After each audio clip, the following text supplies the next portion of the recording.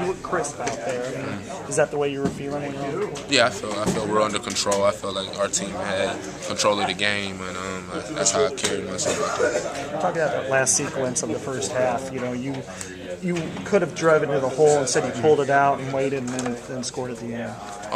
Well, Coach McCaffrey wanted me to hold it up. I was going to keep going until I saw the clock, and then he told me to bring it out, and he ran a play, and that's why I did what I did. I didn't feel like the guy checking me could really stay in front of me, so I knew I could either drive or pull up for the jump shot. But I knew the help would come if I drove, and they take a lot of charges, so I knew when I had the room to take the jump shot, that's what I took. I think about 70% of your scoring plays had assists to go along with it as a team.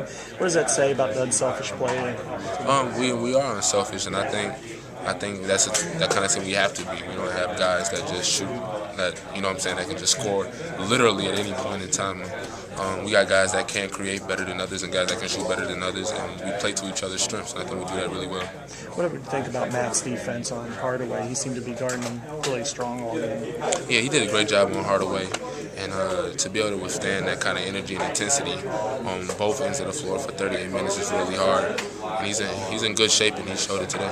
After the two bad losses, what was the mentality over the last 3 days? Do you draw motivation from him and a lot of learning, or do you completely just throw him out the window, forget about him? No, you still had to watch film on him and learn from what we did and get better off from that. And but I didn't see any optimism in the team today as far as just hoping we would come out and play well and hope that we beat them. We knew we were going to beat that team.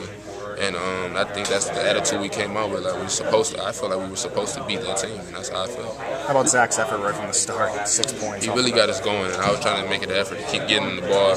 And I think he got in a little foul trouble, and he had to go sit down. But I think he brought the intensity we needed. I think we used that fuel, the motivation to just keep going. He set the tempo for the game, didn't he? Yeah, I think he did. He came in, posted up, was shooting the ball, defending. He did everything. And I think he really did set the tempo. Would you say that this is as good of an effort that you guys have had for a full 40 minutes like you did today? Would you say that's as good as it's been all season?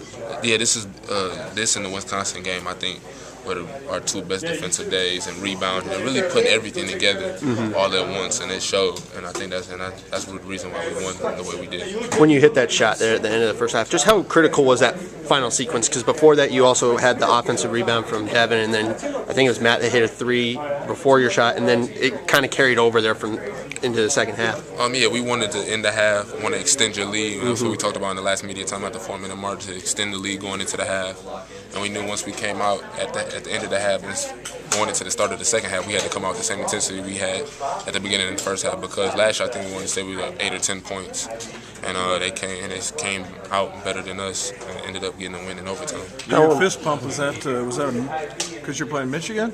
Nah, it might have been a little bit of that, but at the end of the day, it was a tough shot that I knew I was going to make, and I think that's what really got that out of me. Okay. But I mean, at the same time, yeah, it's a little bit of that too, just the motivation that coming into the game. But like I said, I play with the same motivation every game. So, what is it about noon on Saturday? Playing noon Saturday. Yeah, we talked about that in the game today. We need more noon games. But I mean, I think it's I don't really look into all that. We got to play on noon to win and stuff like that. I'm not a big guy like that. I don't really believe in all those phobias and stuff like that. I just do what I do to prepare for every game the same way.